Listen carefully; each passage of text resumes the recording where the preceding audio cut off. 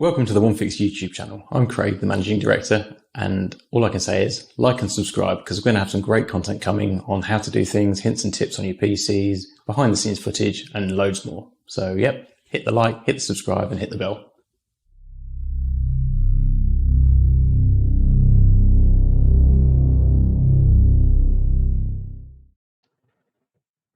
Hi everybody, Craig from OneFix here. Thanks for joining us today on our very first LinkedIn Live.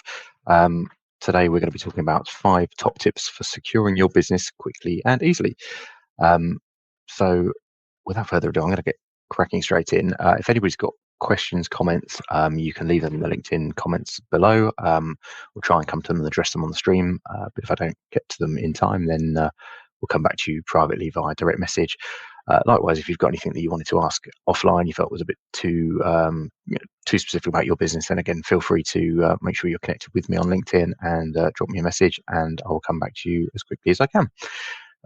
So to get kicking off, the tip number 1 is to ensure that you're using multi-factor authentication for your cloud services. So basically, by enabling MFA for cloud services, what that means is you're probably aware at the moment, if you're a user of online banking, which I'm sure everybody who's watching the stream is, you will find that you can, when you log into your bank, you put in your username, your password, and then typically they send you a message to your phone, and it's either an SMS message or most banks now are moving towards an app that will pop up and pop you up a message to say, is this you logging in? Approve this. In the same way, when you're making a transaction, you have to approve that on your phone as well. By enabling MFA on all of your cloud services, what that means is that basically if someone steals your password, or they guess your password, or you accidentally type your password into a phishing email, the person that's got your password and got your information, they can't use that to break into your account. And the reason that they can't use that to break into your account is because they would need to have your phone or your phone number to be able to receive the SMS or receive the pop-up to actually authenticate and get into the account.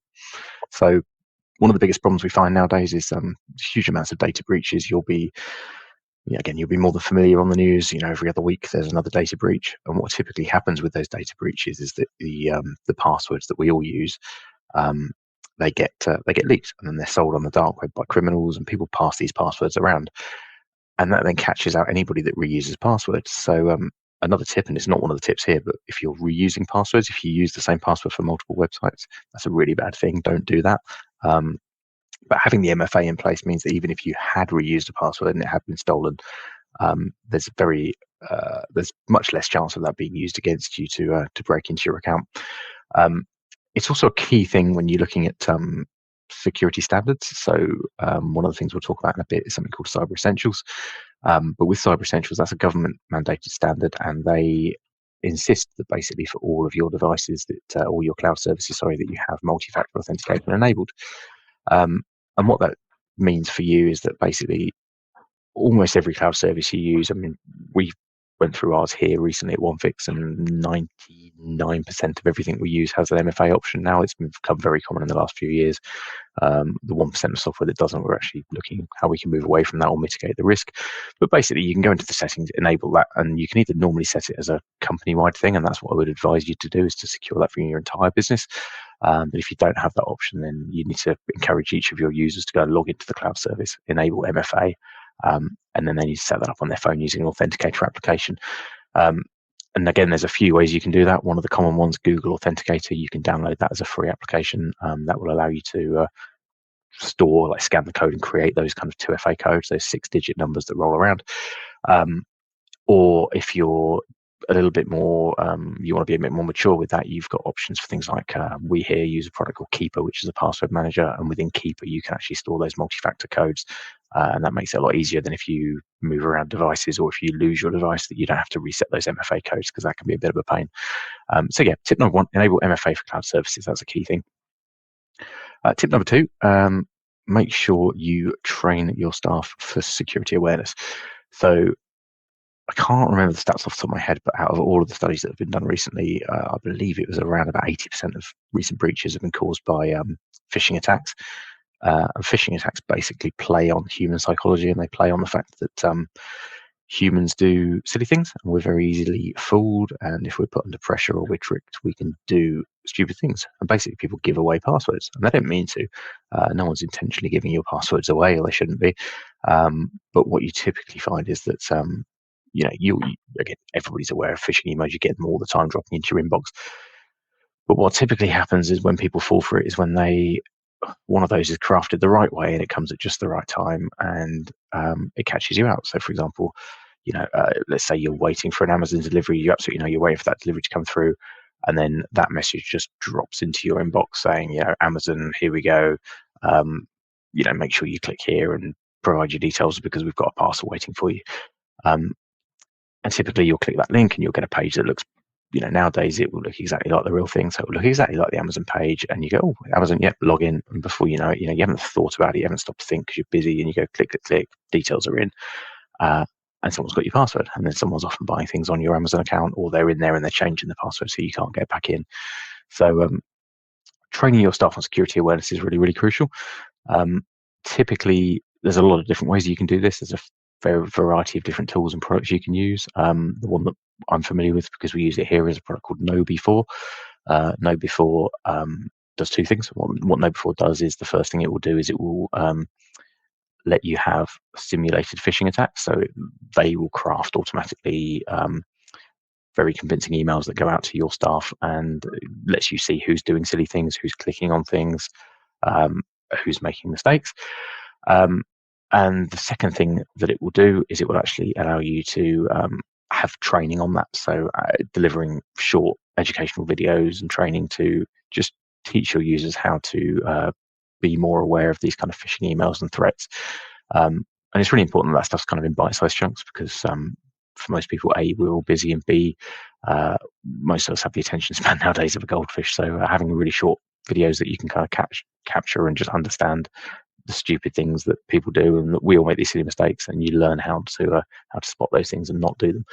And getting more mature from that, again, stepping on from phishing, we've got things like, for example, USB attacks. This is one that catches quite a lot of people, where people find a USB stick that's been dropped on the ground, and pick it up, plug it into the computer, and actually either that contains a virus, or it's a sophisticated device that pretends to be a keyboard and just extracts your data.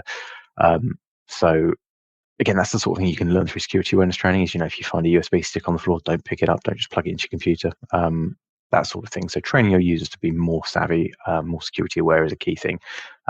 Say in the tech space, we call it the human firewall. So you want to make sure your human firewall is really strong. Tip number 3, make sure that nobody is a local admin.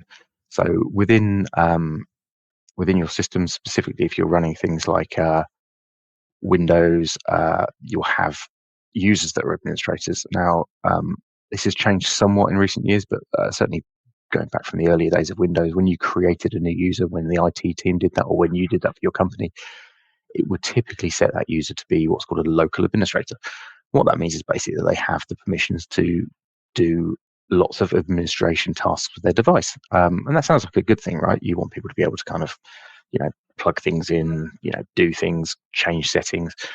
But actually, it's a really bad thing. And the reason why it's a really bad thing is because if your users do fall for things, if they do, that human firewall does break down and they do download something and go to run it, if they're a local admin, immediately when they run that program, it's immediately running in this permission as an administrator. So this piece of software, this malicious piece of software, has the rights to do kind of everything and anything on your machine.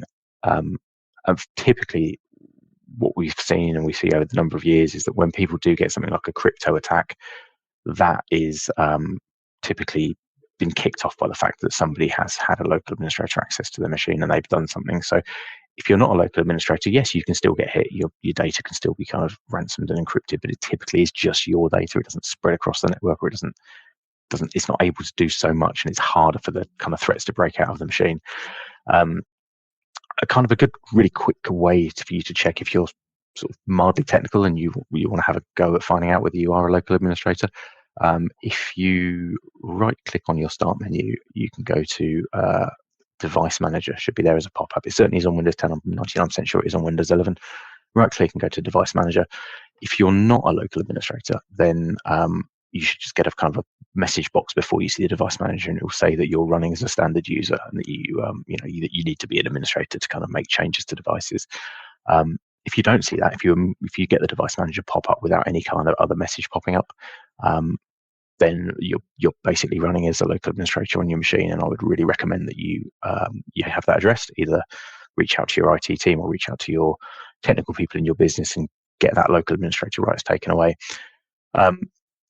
It does cause a few challenges. It can cause some friction. So obviously, when you don't have that local admin rights, what will happen is if you go to say upgrade software, let's say for example you're running some line of business software. I mean, Sage 50, Sage Accounts is a really good example of this. You go to run that, and it will want to install an update. And to install that update, it tries to do it automatically, and it immediately wants admin rights. So you go to launch the software, and boom, it's popping up saying, right, you need your admin account and admin rights. So that does become that can become a challenge depending on what software you're using in the business. So there's two ways to deal with that. One of them is that you make sure that you do have an admin account available that's a local admin, but you don't use that on a day-to-day basis. So you just have a username and a password that you can use to type in to make that kind of elevation up and install the software. So that's quite a common way to do that. And again, part of what we do when we're managing clients' environments is we will have that local admin user sitting around the machines that we can use for kind of installing software and for elevation purposes.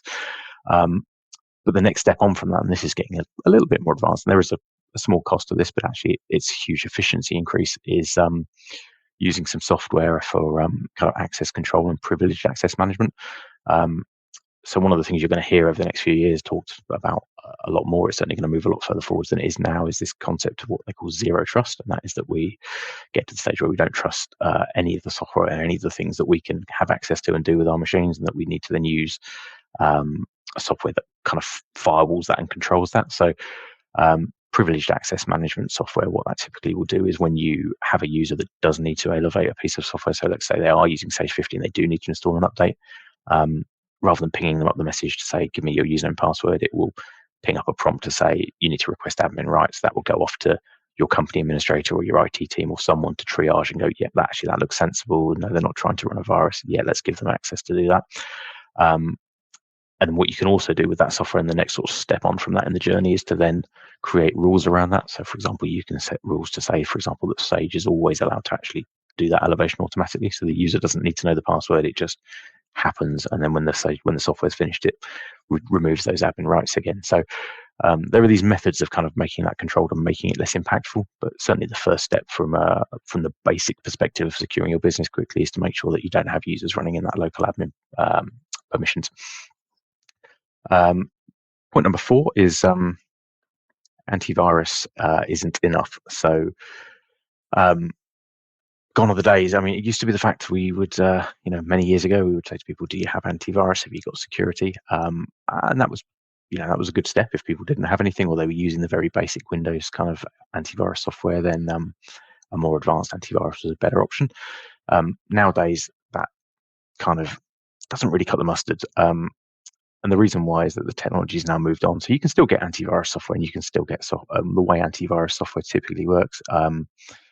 It works on what they call definitions. So you'll have always had this thing of making sure your antivirus is up to date. Your antivirus being up to date is that you have this latest set of definitions down from the internet that kind of tells the antivirus what it's looking for, what kind of threats is it trying to detect. The problem is the way the kind of threat environment is at the moment is that these new attacks and new threat actors are forever innovating, and they're forever releasing new types of attacks and new malware. And what you find is that antivirus itself just can't keep up. So, I mean, it's always in the past. It's always looking for something that's been seen by somebody else before, that's then been put into a set of definitions, that's then been downloaded to your computer. So, typically, with the best kind of antivirus software, you're normally probably 48 to 72 hours behind the curve of where the threats are at, because someone has to find it first. Then they have to write these files that come out to your computer to say stop this stuff.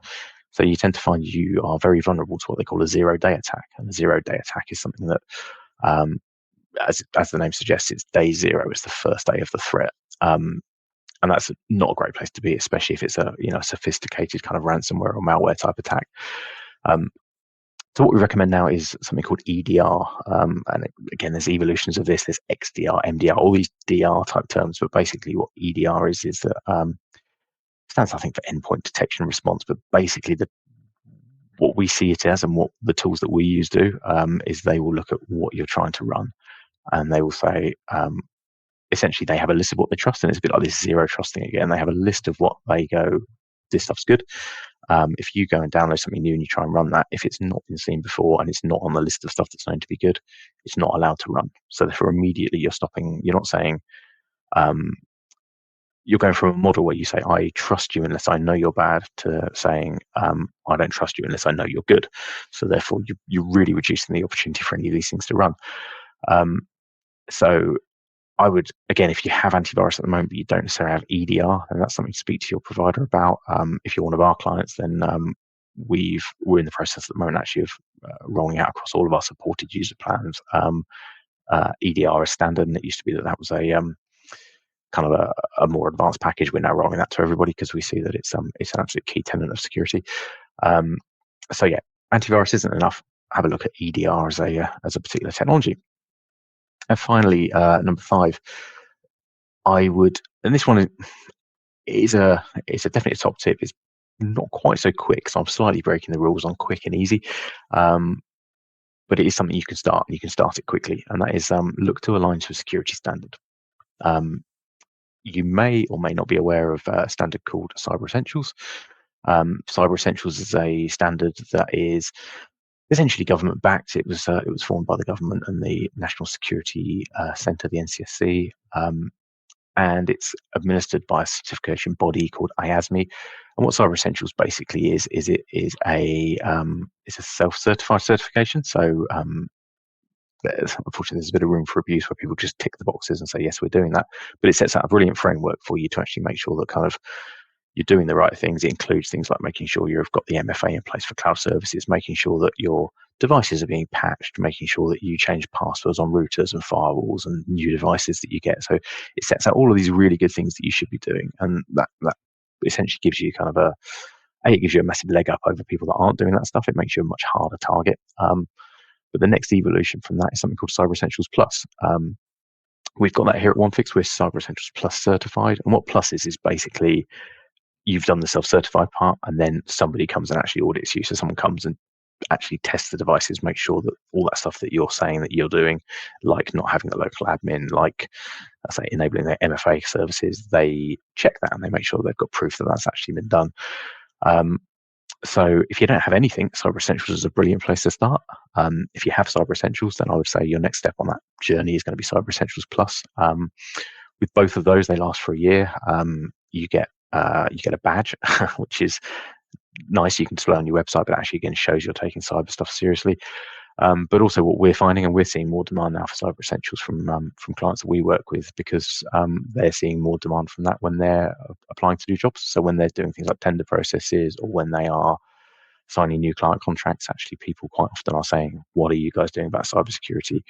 And Cyber Essentials typically is one of those things that puts the tick in the box for them. If you're either currently or you're looking to sell into local government, local authority, blue light, so emergency services, part of that tender process actually is that you have to have Cyber Essentials. I think they're probably going to move towards the fact you have to have Cyber Essentials Plus, but it's a mandated thing for those to bid for those kind of contracts. So if you want to be working in public sector, you really need to be getting Cyber Essentials. And it can be something you can get very quickly, or it can be quite onerous. It depends how much work there is for you to do. So there's always a bit of work there in terms of kind of gap analysis, see where you are, see how you move forwards. If you've got those two things, I mean, great, you're already ahead of probably about 80% of other businesses. But your next step of evolution from there is either something like a governance certification like IASME governance, or even something like ISO. So ISO 27001 being an information security standard would be a good place to move forwards to. So those are kind of the 5 top tips that I've got there. In terms of, in fact, we're actually bang on time, which is brilliant. If that's raised any questions or comments, I'm going to have a quick check and see if anybody's popped anything in. Ben from Zanu, thank you very much, saying that KnowBe4 has been very useful for his company. That's brilliant. Thanks, Ben. That's great. Great positive reinforcement there for that one. I definitely agree. KnowBe4 is brilliant, very accessible, and if you don't have it at the moment, it's actually a very cost-effective per user per month kind of thing that we can provide for you if you're not currently working with us, or if you have a plan with us and you don't have KnowBe4, we can do that for you. What I would say, if you want some more information, if you'd like a kind of a deeper dive into this, or you want to discuss anything, again, feel free to drop me a comment, drop me a DM on LinkedIn, or just pick up the phone, give us a call. Always happy to have a chat. Absolutely no obligation. So it's always good to try and improve people's security. So thank you. Thank you very much for your time today. Thank you for the 20 minutes you spent with me, and I hope it was useful. And I will look forward to catching you soon. Take care. Thanks.